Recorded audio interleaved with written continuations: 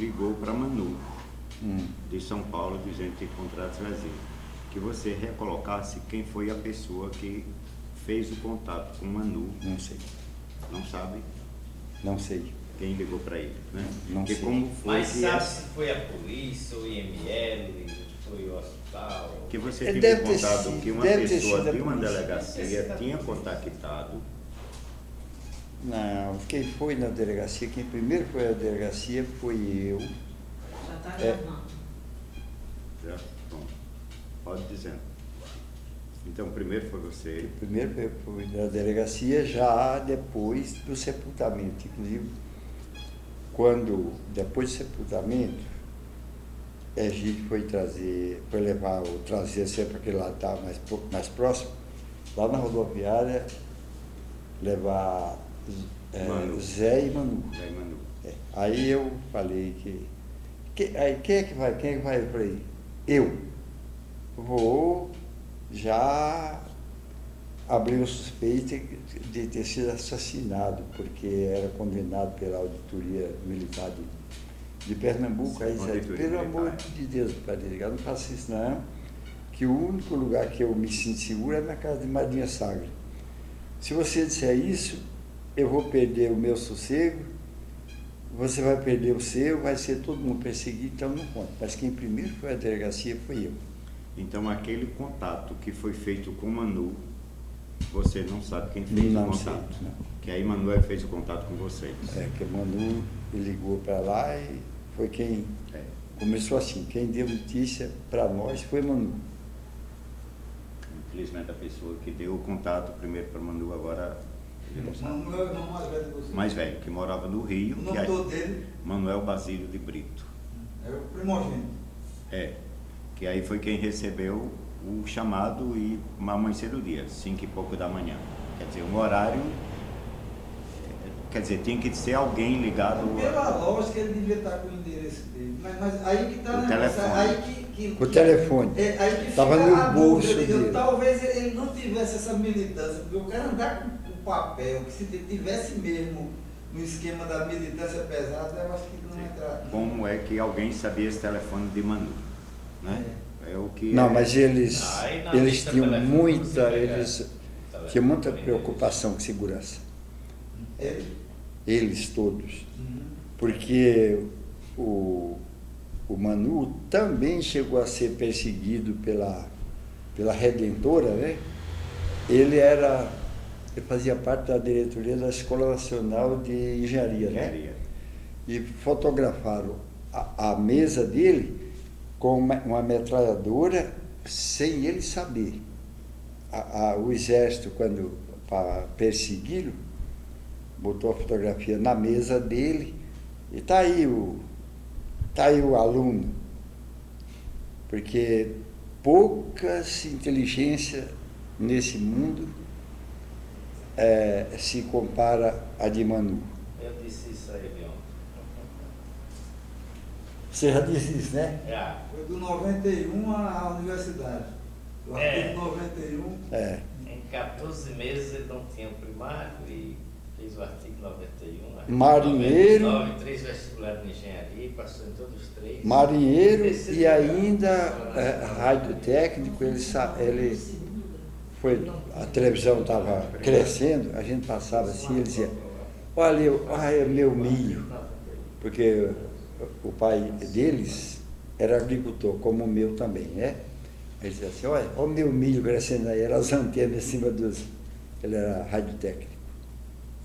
Quer dizer, que ele tinha tempo para tudo isso e passar do primeiro vestibular, quando aqui não tinha engenharia eletrônica, ele foi fazer especialidade na Alemanha.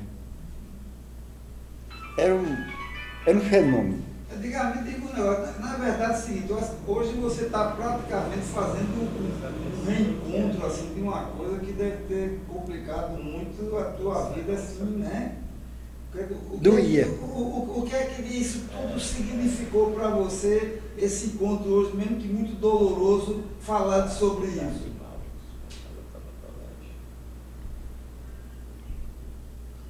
É um alívio. É um alívio, porque eu sou inimigo da mentira e montei essa mentira que contei para vocês aí, mas não foi o que eu quis, não. É porque o irmão deles, o José Ubaldo, que foi marinheiro, foi demitido da Marinha por aqueles atos complementares, sei lá, era amigo do presidente da Associação dos Marinheiros e Fuzileiros Navais, o José Anselmo dos Santos, alagoano. E, quer dizer, eu tinha muito que cuidar do Zé, porque era afilhado de papai, de mamãe e meu. Aqui no Integrante, para lhe apresentar, eu com 4 anos e meio fui padrinho dele. E foi meu amigo até... Ele ficava no hospital lá no Rio de Janeiro e sabe que quando eu não ia visitar no sábado e no domingo,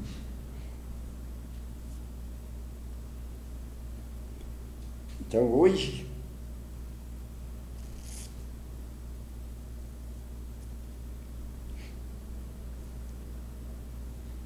a minha consciência está muito mais leve.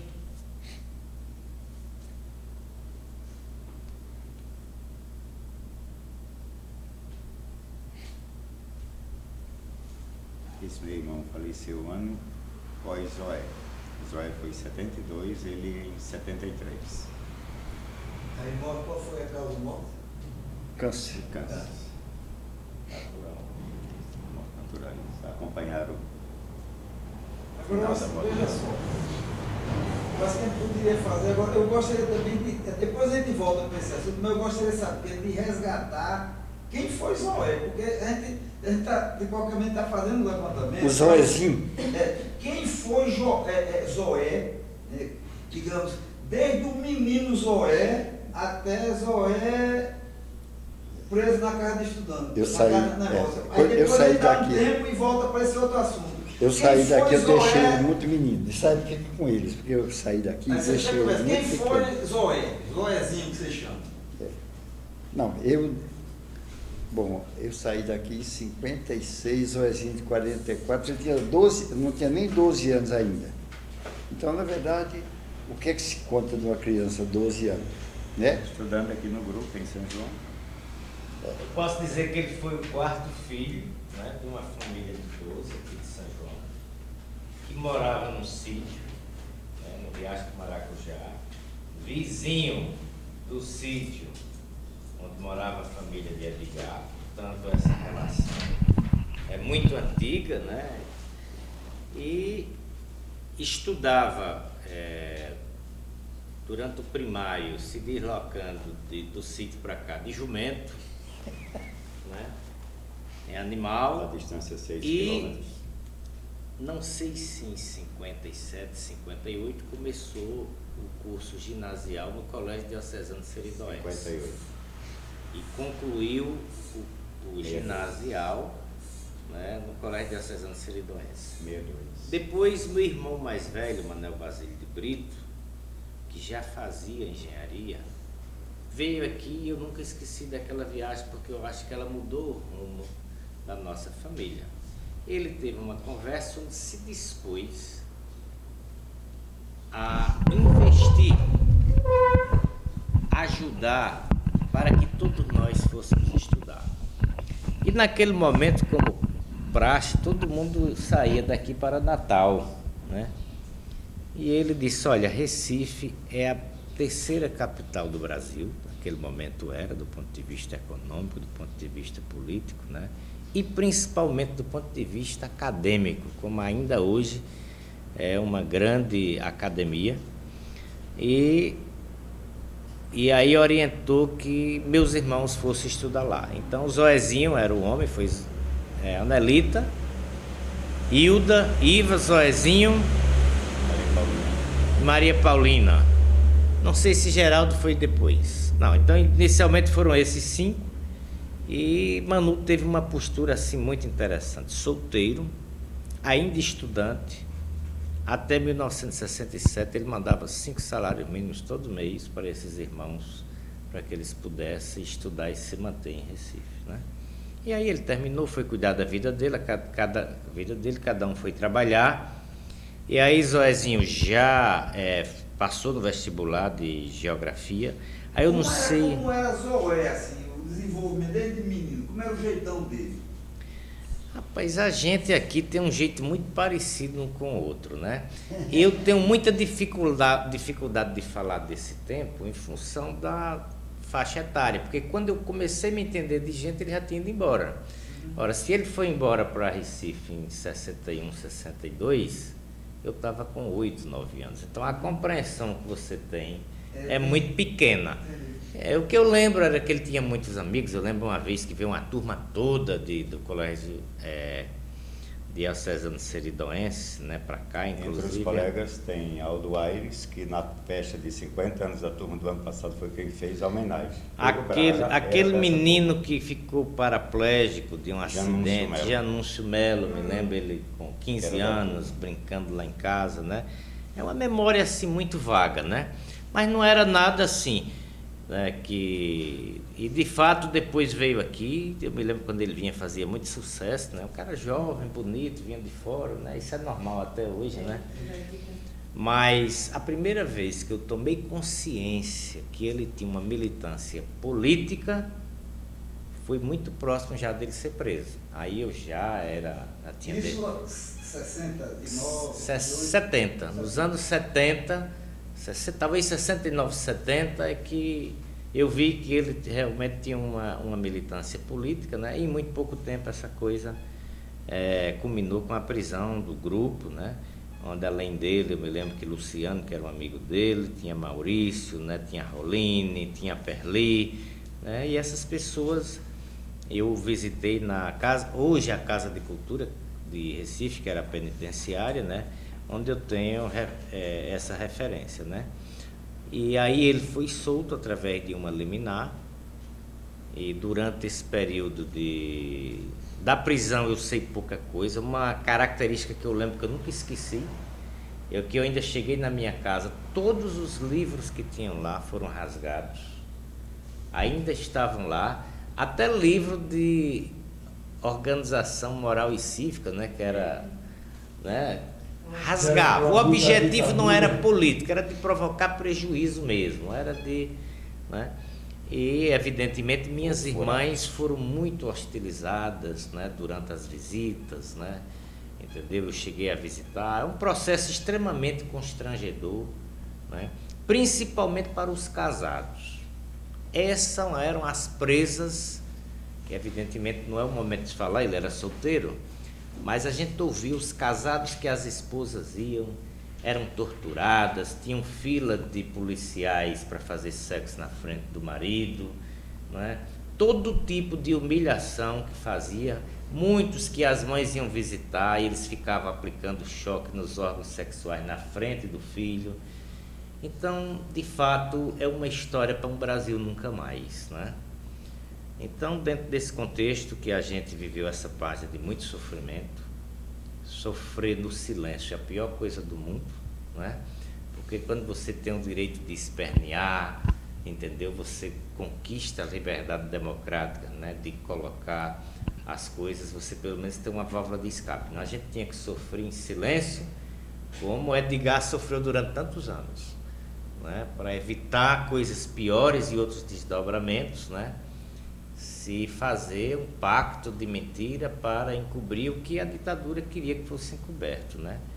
Então, esse 27 de setembro de 2013, para mim, né, ele tem uma importância histórica no momento que eu pude saber fatos novos. O fato de alguém que morre e a família recebe o corpo com a recomendação de que aquele caixão não pode ser aberto, é uma atitude insuspeita em qualquer circunstância.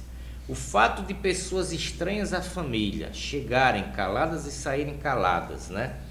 Vestidas de forma pouco usual, né? De fato, eram os corvos, né? do processo que estavam presentes ali, e principalmente por se configurar a história de que o amigo, como é o nome dele?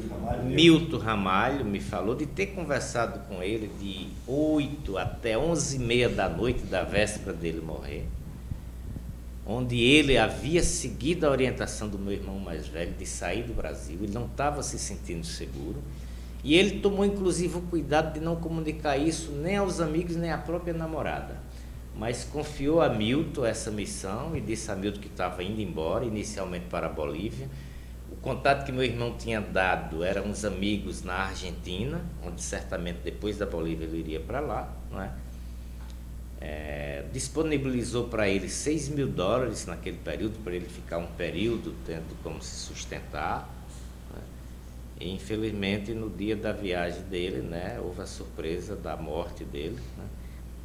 E eu vou colocar um pouco de energia que esteja a meu alcance, né, nessa somatória daqueles que trabalham os direitos humanos e a solidariedade, para ver se a gente reconstrói essa verdade, né? Pelo menos a vida dele que se foi, não parecer que foi apenas algo, um passarinho, não é? Mas uma história, via a verdade, né? E ser mais um da lista negra que eles tentaram esconder debaixo do tapete da vergonha, né? E da dor que essa ditadura trouxe a todos nós. Eu queria fazer uma pergunta. Você que mora aqui na região, você que está sempre aqui em São João do Sapuí,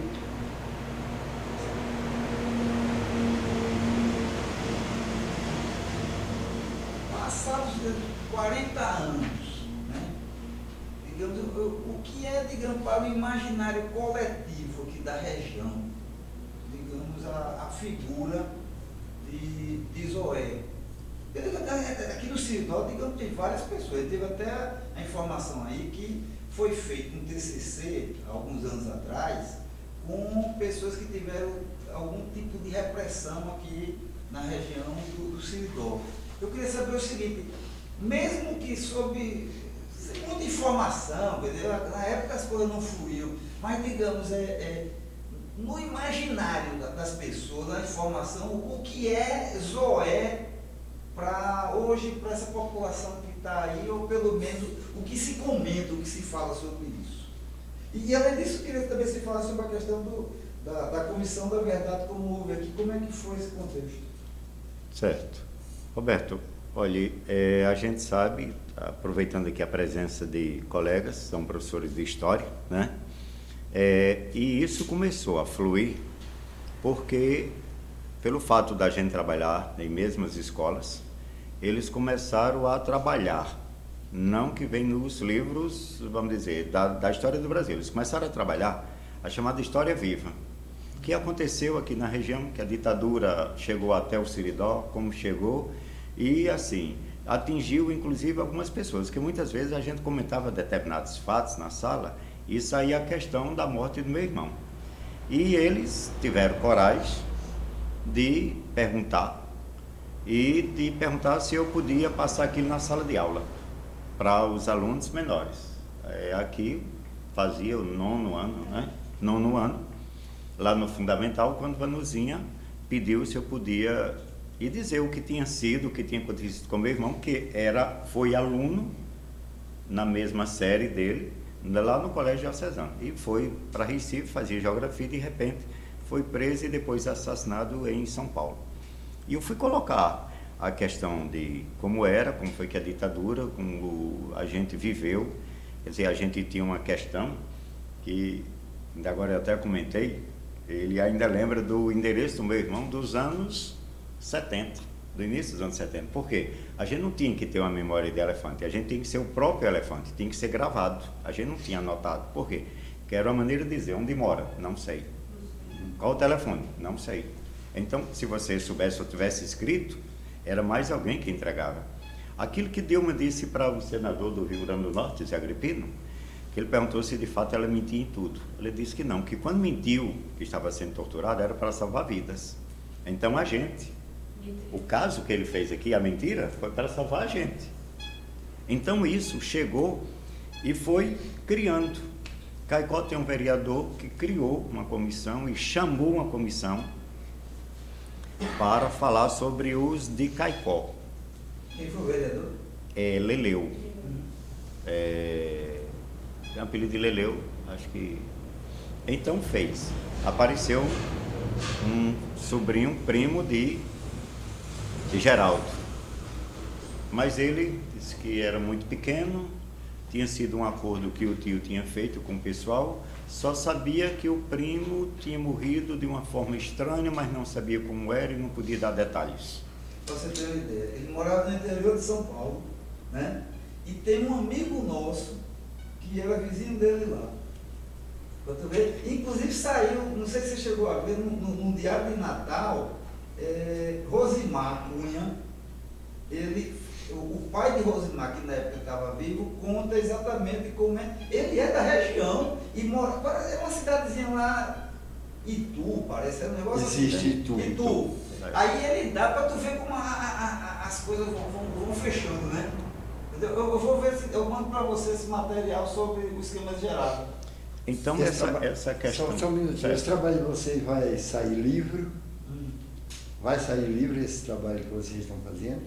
Rapaz, de sair do que a gente não está querendo pensar em nada, a gente está primeiro fazendo o levantamento, porque de qualquer maneira isso já vai fazer parte de um documento que a gente chama assim RN Nunca Mais, que é a criação... A cópia do Brasil Nunca Mais. Exatamente. A gente já está com uma relação de 300 e tantos nomes do Rio Grande do Norte que seguramente já está.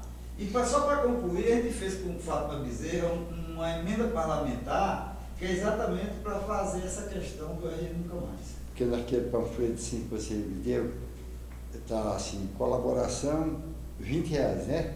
Sim. Eu até falei para ele trazer, porque quem sabe, se um dia a gente vê isso transformado em livro. Porque eu acho que nenhum de nós pensamos em oferir vantagem monetária com isso, mas nós queremos que os nossos parentes sejam reconhecidos, né? Então, Zé, pega lá. Mas que eu esqueci. Então, Roberto, isso começou aqui no Siridó por esta situação, né? E depois a universidade, e várias vezes eu estive na sala de aula e alguém, como eu trabalho aqui em Caicó há 35 anos na sala de aula, e perguntando assim, Brito, não sei o quê. Então vai se criando esse fato e a Câmara chamou e perguntou se eu podia dar alguns esclarecimentos, onde, lamentavelmente, de 3 vereadores de Caicó apareceram 5. Por quê? Porque os que não compareceram eram aqueles que não queriam, por hipótese alguma, né? Pessoal ligado à aldeia, que não quer que essa história apareça. Muitas vezes aparecia fatos assim, para a direção da escola, quando eu comecei nos anos, o início dos anos 80, que o diretor da escola era pressionado, o colégio em frente à vila dos oficiais do Exército. E o diretor muitas vezes foi cantado assim: por que você aceita esse professor na sala de aula? Esse cara não é para ser professor aqui não, que de repente ele vai dizer muita coisa, né? Então o diretor segurou a pressão, que era irmão de Laércio, né? Se olha, ele está aqui trabalhando geografia, está trabalhando geografia que ele tem no livro e está trabalhando a geografia dentro do que nós precisamos trabalhar. Mas que ele foi pressionado muitas vezes, e eu soube muitos anos depois dessa pressão toda que ele suportou. Ele suportou porque o irmão, durante um determinado período, era o secretário da Casa Civil de Zé Agripino. Senão, eu tinha saído da escola porque não podia dizer absolutamente nada. Onde no Grêmio Estudantil, muitas vezes os alunos chegavam, o presidente, quando tinha Grêmio, e depois virou assim, tinha uma cópia da sua prova lá na mesa da diretora, que todo o Grêmio Estudantil tinha uma professora fiscalizava, Dona Terezinha Viana, lembra?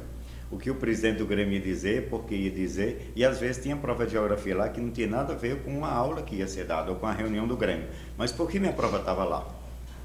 Porque muitas vezes na prova de geografia você ia colocando pinceladas de uma história que não tinha sido contada. E isso, claro, que incomodava. A cidade fala de Zoé, ou é aquela coisa ainda muito na penumbra, não existe? O ato, nós tivemos a universidade, o departamento de História, me convidou para uma audiência pública, agora no dia 17. E a audiência pública eu compareci, depois foi Salomão e Paritécio. E eu coloquei Zoé, como tinha sido, mais ou menos, e a história que eu conhecia. Não sabia que não era bem real, porque quem sabia a história real do fato, que tinha sido montado inclusive em São Paulo, que não estava em São Paulo, mas tinham meus primos, e que hoje moravam em São João de Sabugi, e que eles sabiam os detalhes da história, que inclusive a gente não conhecia. Então ele era quem podia contar a história de fato. O que eu sabia e contei foi o período que Zoé foi preso em Recife, o julgamento, como você falou que convivia, como é que foi o teu convívio dele preso? Vocês iam semanalmente? Quanto tempo ele esteve preso lá em Recife? Roberto, ele foi preso em março de 70 e ele até o ano seguinte, início de 71. Então,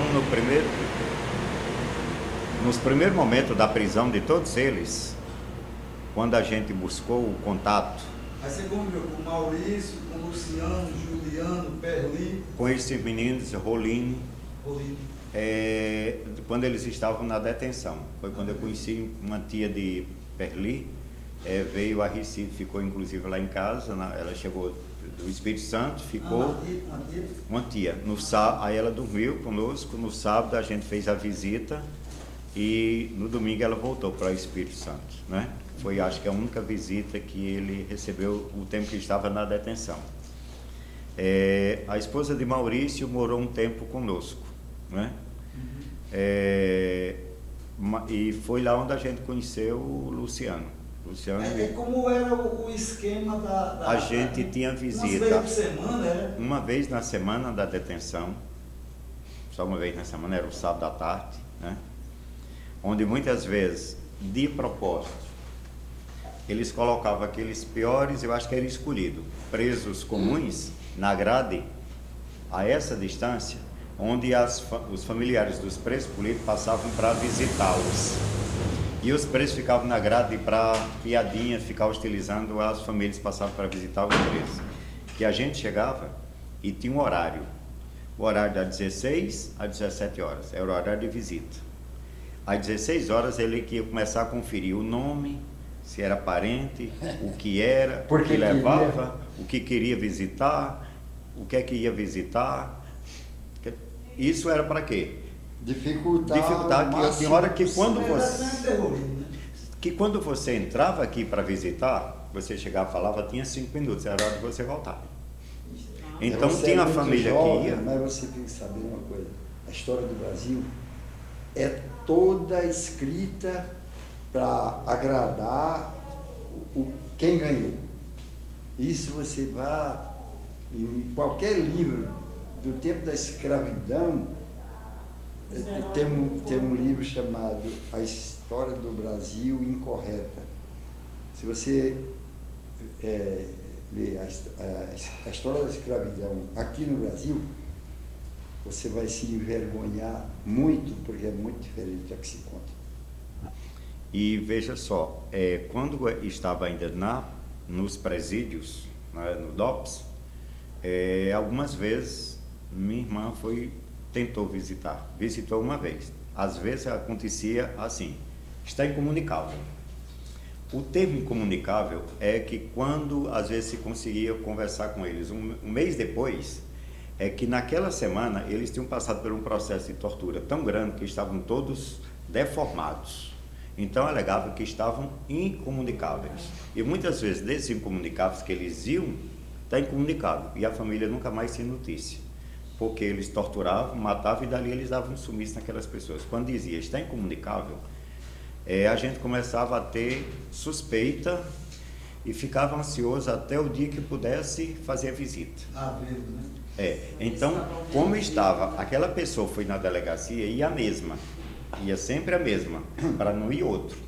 Porque quando eu ia aqui no quartel, como companheiro de guardas, eu conversava com o meu irmão, era uma mesa aqui, tinha um microfone, para cá, outro para lá. Pois é, não vai embora sem deixar comigo, não. Tá? E aqui tinha um sargento do exército ao lado.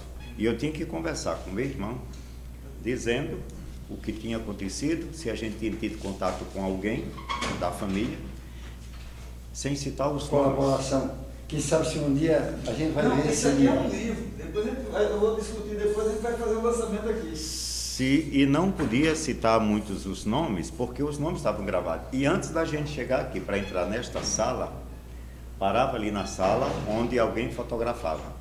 Sempre tinha um... Era intimidação mesmo. Intimidação. Para deixar a pessoa intimidada. Eu ia com a doutora Messi, que eu soube a comissão da verdade da universidade, me disse que ela tinha falecido. Fui com a doutora Messi. A gente chegou, parou ali, eu fui fotografado. Aí eu sentei aqui na cadeira, aí ela foi fotografada. Aí agora junta os dois para ser fotografado. E isso a gente tinha 15 minutos. Isso uma hora rolando, né? O taxímetro rolando. Estava rolando. 15 minutos para fazer essa fotografia, para a gente entrar para conversar. Fala um pouquinho aí de Messi. Qual é o contato que vocês tinham e quem era a Messi? Doutora Mércia foi uma advogada, vamos dizer assim, que leu o que tinha na Constituição e tentava aplicar aquilo que a Constituição dizia, que o cidadão tem direito à vida, tem a liberdade e a pensar. E isso no tempo da ditadura militar era impossível. E ela teve coragem de ser advogada de muitos presos políticos e pagou com bombas jogadas no quintal da casa, a casa metralhada várias vezes, né? Carros que ela parava no sinal, o outro carro chegava e abarroava o carro dela por trás. E ela foi uma pessoa assim, de uma profissional de mão cheia. Todas aquelas adversidades e perseguições ela sabia, e ela sabia muito bem o que era. E era de tal maneira que um dia ela disse assim: olha, eu não ando com meus filhos no carro. Veja só, eu não ando com meus filhos no carro, eu só ando no meu carro só. Porque alguém lá em casa sabe o que pode acontecer com o meu carro. Quer dizer, a família era consciente, mas ela continuava porque ela disse: eu fiz um juramento quando eu terminei direito, ali naquela universidade, que eu serei isto. Então era uma situação muito séria. Agora, a questão de Zoé era assim, professor de geografia, naquele tempo da ditadura, e falar que o país, a população estava empobrecendo. A economia estava crescendo, os empresários se tornando ricos e o povo se tornando pobre. A economia crescendo. Então isto para a ditadura era uma ofensa. E você dizer isso numa sala de aula, de um cursinho pré-vestibular. E quem era o dono do cursinho, depois a gente descobriu? Um dos professores lá, que se dizia que amigo dos meninos, dos meus irmãos, e há muito tempo, inclusive tinha vindo uma vez aqui a São João do Sabugi, aquele moreninho, magrinho, que eu não lembro o nome, é até bom de lembrar o nome, era dedo duro. Foi ele quem deu o endereço e o horário de aula de Israel. Ele foi preso dando aula na sala de aula. E o dono do cursinho era um dos auxiliares no sistema de tortura, um tal de Sidney. Era, vamos dizer assim, o dos braços armados, que agia de forma bem sutil, que colaborava com a Scioli, que era um dos delegados. Veja como eles tinham. Como é que eu faço para montar esse cursinho? Eu tenho que ter uma licença da Secretaria de Educação. Eu tenho que ter uma licença da Prefeitura. Para ter isso, é necessário o quê? Qual a contrapartida? Então, na ditadura funcionava muito, aqueles cursinhos em Recife funcionavam dessa maneira. Se não fosse assim, não funcionava. Isso quer dizer, ele estava lá dando aula, trabalhando aquilo, e interessante, o vestibular começou cobrando isso, a prova de geografia, que tinham caçado sociologia e filosofia, e colocaram esse conteúdo econômico e social nas provas de geografia. Ele trabalhava, pronto, e que o professor que topasse trabalhar isso, terminava nessa situação. Agora me diga uma coisa, como é que aconteceu esse nível de politização de Zoé, como é que ele foi preso? Teve uma história que ele foi avalista de Luciano, como é que foi o motivo, digamos, da prisão dele? Eu não sei onde aconteceu o encontro dele com os meninos. Isso eu desconheço. Apenas os meninos encontraram com ele em Recife, e como eram do Rio Grande do Norte, e ele morava lá já há algum tempo, pediram para ele ser o avalista de um apartamento em Boa Viagem. E esse apartamento em Boa Viagem foi transformado, era onde os meninos moravam, eles foram presos. Era o aparelho deles. Que foi chamado de aparelho deles. E Zoé morava em outro canto, Alto do Mandu, próximo a Ipojuca. Então veja só, que quando eu estive lá, depois que ele foi preso, eu estive lá na casa, a mulher pediu que, pelo amor de Deus, eu levasse aqueles livros, que aquele livro era um terror. Estava cheio de livros. Os livros dele, que ele era professor. Quer dizer que esse Livro negócio de ser didático. avalista foi o que o governo usou Pronto. para aprender. Ele foi preso porque eu sou avalista dele. E agora quem é o avalista? Esse aqui. Se eu sou amigo dele e ele foi preso, eu também sou do mesmo grupo. Que foi isso que no julgamento da 7ª Auditoria Militar, o oficial da Marinha achava que ele não encontrava algo para ele ser condenado. E simplesmente o cara do Exército calado, não disseram nada. Apenas um disse que ou eles ou um outro, né? E assim, a gente tem que condená-lo. Por E isso aí enquanto que isso, deram o habeas corpus para ele, lembra? Nesse período aí. Mas ainda passou 7 meses, você falou, ainda preso. ainda estou desse tempo. Mas se tivesse endurecido, eles não tinham dado nem esse habeas corpus. A repercussão, digamos, essa coisa acontecendo lá em Recife, e seus pais aqui, como é que isso foi dentro da família? Olha, papai permanecia calado, não comentava, até talvez pela questão do nível de escolaridade. E minha mãe me fez uma vez um comentário. Eu vim aqui e ela me disse assim: eu sei que desde aquela prisão do Zoezinho, a vida dele é feito uma vela ao vento. Só o comentário que fez. Somente. E na cidade as pessoas tripudiavam, tem tipo assim, eu acompanhei um caso lá em Toritama, que tinha, que às vezes as pessoas, era o bullying, né? Aquele negócio mortal, assim, aquele negócio que fede, né? Existia isso aqui? Aqui não, eu conheço isso de Caiçara do Norte, que a população lá não botava os filhos na escola para não se tornar igual ao filho de Dona Joana, comunista, Emanuel. Eu acho que não entrava nessa época. Quer dizer, você é pernambucano? Não, sou daqui. Mas Toritama não é Pernambuco. Mas eu fui para lá também fazer. É, O pessoal troca de informação, né? Mas é porque havia também muito aqui na nossa cidade. Não. Entrave para isso aí. Não, é só uma. Diga seu nome Meu nome é Vanúcia, eu sou professora, eu trabalho com o professor Brito lá no Colégio Diocesano. De Caicó. Sim, em Caicó. Eu acho que muita coisa não se sabia, a dificuldade dos meios de comunicação que nós não tínhamos na época, praticamente. Né? Então muita coisa não chegava nem à opinião pública. E não era nem só não ter os meios de comunicação, era O os medo meios também. de comunicação chegavam as pessoas. Havia todo o controle por parte do governo dos meios de comunicação. Havia uma censura muito forte, Desde o entendeu? começo. Então assim, não era divulgado. Maria do céu, mas não brinque não, que naquela época, aqui na nossa região, poucas casas tinham rádio de pilha, a verdade é essa. Poucas casas E tinham. olha A televisão não se tinha. E Em São João de Sabugi, era assim: os filhos de Zoé, que era meu pai, os filhos de Zoé, que é assim, filho podia sair para estudar, filha não. Meu pai, com auxílio do meu irmão, levou minhas irmãs, saíram do Santa Terezinha, que eram internas, no período de Juscelino Kubitschek, tinha aquelas bolsas que hoje é mais ou menos o SISU, não é? Então o aluno fazia a prova, tinha aquela nota, aí ele ganhava uma bolsa para estudar interno, ou no colégio de freiras ou no colégio de padres. Aqui no caso, no Ciridó, nós tínhamos colégio feminino, o Santa Terezinha, e o masculino Diocesano. O Zoé, a nota dele, ele tinha até a lavagem da roupa, era pago por essa bolsa. Tudo era pago pela bolsa.